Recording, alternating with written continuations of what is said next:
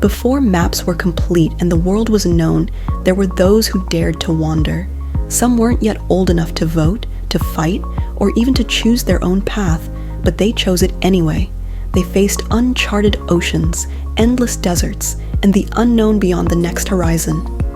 This is the story of 10 young explorers, curious, courageous, and often overlooked, who left their mark on history before most even left home. From the ice of Antarctica to the heights of the Himalayas, they remind us that age is never the limit, only the beginning.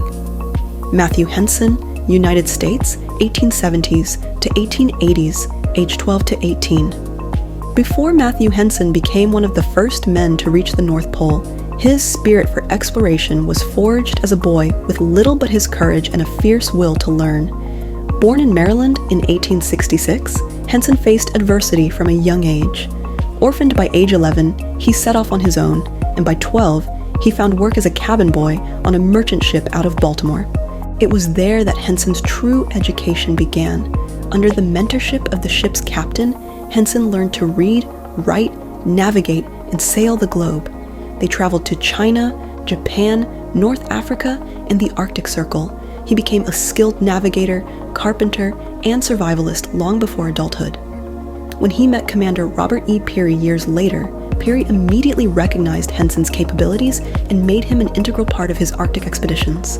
Though he was often overlooked in official records due to the racial biases of the time, Henson was instrumental in the success of those missions.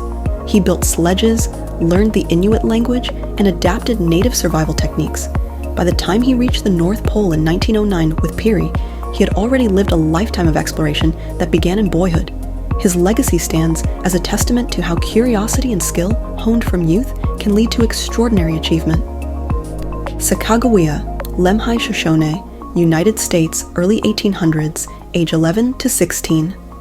Born around 1788 near the Salmon River in what is now Idaho, Sacagawea's early life was marked by dramatic upheaval. At just 12 years old, she was kidnapped by a rival Hidatsa tribe during a raid and taken from her Lemhi Shoshone people. She was eventually sold into marriage to a French-Canadian trapper named Toussaint Charbonneau. Yet from these harsh beginnings emerged one of the most vital young figures in the history of American exploration. When the Lewis and Clark expedition began its journey westward in 1804, Sacagawea, still a teenager and pregnant with her first child, joined them as a translator and guide. Her presence proved invaluable. She helped the Corps of Discovery navigate unfamiliar terrain, identify edible plants, and negotiate with various indigenous tribes. Perhaps most critically, her presence with a baby on her back signaled peace to wary tribes who might otherwise have seen the expedition as a threat. Despite being only 16 when she joined the journey, Sacagawea displayed maturity, resilience, and intellect that far surpassed her age. Her knowledge of the land and ability to mediate between cultures left a lasting mark not only on the expedition, but on American history as a whole. Jean-Baptiste Charcot, France, Antarctica, late 1800s, age 14 to 18. Jean-Baptiste Charcot, born in 1867 in Neuilly-sur-Seine, France, was the son of the famed neurologist Jean-Martin Charcot. But young Jean-Baptiste's heart belonged to the sea, not science. From an early age, he was fascinated by maps, ships, and polar regions. At 14, he began sailing the coastlines of France in small vessels he built or repaired himself. By 18, he had completed multiple voyages along Europe's Atlantic coast and had already developed a reputation for leadership and a tireless curiosity for the polar world. Though he would later lead official French expeditions to Antarctica as an adult, his foundational years were spent learning seamanship the hard way, through stormy nights at sea, repairing damaged rigging midsail, and keeping careful navigation logs. Charcot was known for combining the adventurous spirit of a sailor with the precision of a scientist. Even in his teens, he recorded oceanic temperatures, charted unexplored inlets, and kept detailed journals. He is a shining example of how youthful passion, when nurtured by hard work, can lay the foundation for a legacy of discovery. James Cook, England, 1745 to 1748, age 17 to 18. James Cook is best remembered for his daring Pacific voyages, but his explorer's spirit was ignited years before those famous expeditions. Born in 1728 in Yorkshire, England, Cook was the son of a Scottish farm labourer.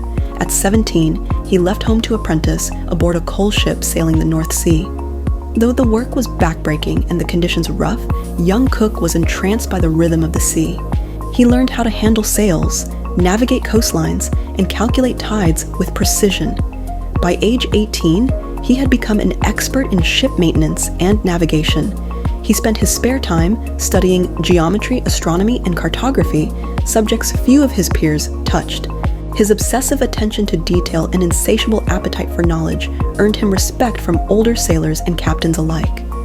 These teenage years, spent aboard merchant vessels, laid the groundwork for a naval career that would eventually rewrite the maps of the world. But it all began with a determined teenager, notebook in hand, looking out at the endless sea. Alexander von Humboldt, Germany, late 1700s, age 16 to 18. Born in Berlin in 1769, Alexander von Humboldt was a prodigy from a young age. His home was filled with books, specimens, and scientific instruments as his family prized education and inquiry. By age 16, Humboldt was already studying at the Freiburg School of Mines, making him one of the youngest students ever admitted. There, he developed a love for geology, botany, and the interconnectedness of the natural world. During these years, he embarked on short field expeditions across Germany, meticulously recording rock formations, collecting plants, and studying weather patterns. He often traveled alone, carrying a barometer, compass, and journals to document his findings. His observations were far from simple notes. They were detailed analyses that connected the biological and geological features of each region. By 18, Humboldt had written his first scientific papers and gained the attention of prominent scholars. His passion and discipline in youth laid the intellectual foundation for his later famous explorations of South America. Humboldt's early years show us that exploration isn't just about distance traveled, it's about how deeply you look into the world around you. Domingo Badia y Leblich, Spain, North Africa, 1790s, age 17 to 18. Born in Barcelona in 1767, Domingo Badia y Leblich showed a flair for languages and curiosity about the wider world from a young age. By 17, he was already fluent in Arabic, French, and Latin, skills that would later enable his undercover exploration of North Africa and the Middle East.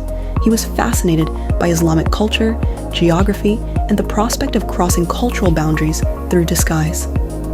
At 18, Badia began posing as a Muslim noble named Ali Bey El Abbasi.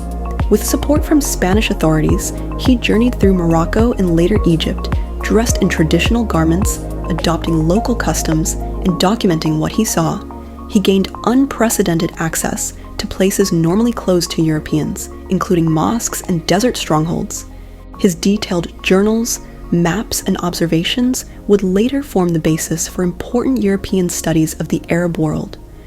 Though controversial for his methods, his courage and scholarly approach to cultural immersion make him one of the most daring young explorers of his time. His teenage ambition to blend into and understand other civilizations set him apart as a boundary-breaking figure. Ernest Shackleton, Ireland, Antarctic, 1890s, age 16 to 18. Born in 1874 in County Kildare, Ireland, Ernest Shackleton showed signs of leadership and wanderlust from an early age. At 16, he left school and joined the Merchant Navy, eager to experience the world firsthand. By 18, he had sailed across the globe, visiting ports in the Far East, South America, and Africa.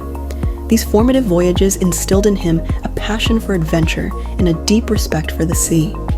Shackleton rapidly advanced through the ranks due to his reliability and curiosity. His teenage logs describe the stars over the Indian Ocean and the silent beauty of Antarctic ice from afar. These early experiences shaped the resilience and optimism he would become famous for during his later Antarctic expeditions. Though best known for his heroic leadership during the ill-fated Endurance expedition, Shackleton's roots as an explorer can be traced directly back to the ambition and determination he displayed as a teen. Even then, he was preparing for a life that would test the limits of human endurance. Tenzing Norgay, Nepal, Himalayas, 1930s, age 14 to 18. Tenzing Norgay was born in the Khumbu region of Nepal in 1914, surrounded by the towering peaks of the Himalayas. By the time he was 14, he had begun working as a porter for mountain expeditions, a dangerous job for even the most experienced adults. His agility, strength, and calm demeanor quickly made him stand out. As a teenager, he gained invaluable experience guiding foreign climbers through treacherous terrain, carrying heavy loads over icy passes, and learning to navigate the unpredictable weather of the world's tallest mountains. His work was not just labor, it was training for greatness.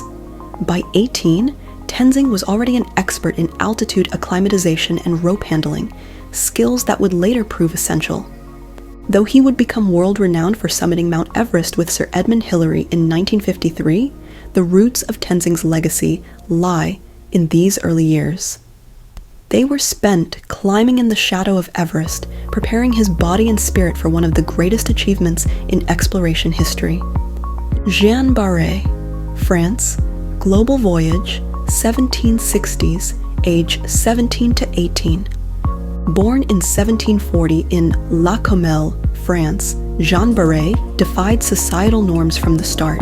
A brilliant botanist with an encyclopedic knowledge of plants, she worked as an assistant to the naturalist Philibert Commerson. When Commerson was selected to join a global expedition aboard the ship Étoile in 1766, Jeanne disguised herself as a man and joined the crew at just 18 years old. Life aboard a ship was brutal, especially for someone concealing their identity. But Jeanne's botanical skills were unmatched. She collected, cataloged, and preserved specimens across South America, the Pacific Islands, and the Indian Ocean. Her work contributed significantly to European understanding of global flora. Eventually, her identity was discovered, but by then, she had proven herself invaluable. She became the first woman known to have circumnavigated the globe. Her story of courage and intellect, forged in youth, remains a powerful reminder of the boundaries brave young people can break. Marco Polo, Republic of Venice, La Silk Road, 1260s, age 17 to 18. Marco Polo was born in Venice in 1254 into a family of merchants. At the age of 17, he joined his father and uncle on what would become one of the most legendary journeys in history. The trio set off along the Silk Road in 1271, bound for the court of Kublai Khan in China. Over the next 2 years, young Marco crossed deserts, braved mountain passes, and encountered civilizations that were unknown to most Europeans. He showed a gift for observation and diplomacy, often communicating with local leaders and documenting regional customs. His youth helped him adapt quickly, absorb languages, and navigate unfamiliar social landscapes. Marco's account of his travels, dictated years later while imprisoned during a war between Venice and Genoa, opened Europe's eyes to the vast wonders of Asia. But the seeds of that impact were planted in his teenage travels. At just 18, he was already helping bridge 2 worlds separated by thousands of miles and centuries of misunderstanding. These young explorers didn't just travel across the earth, they pushed the boundaries of what was possible for their time, their age, and their generation. They remind us that boldness begins in youth, and that discovery belongs to anyone willing to take the first step. If you enjoyed this journey through history, don't forget to like, subscribe, and join us each week as we uncover more young legends who changed the world.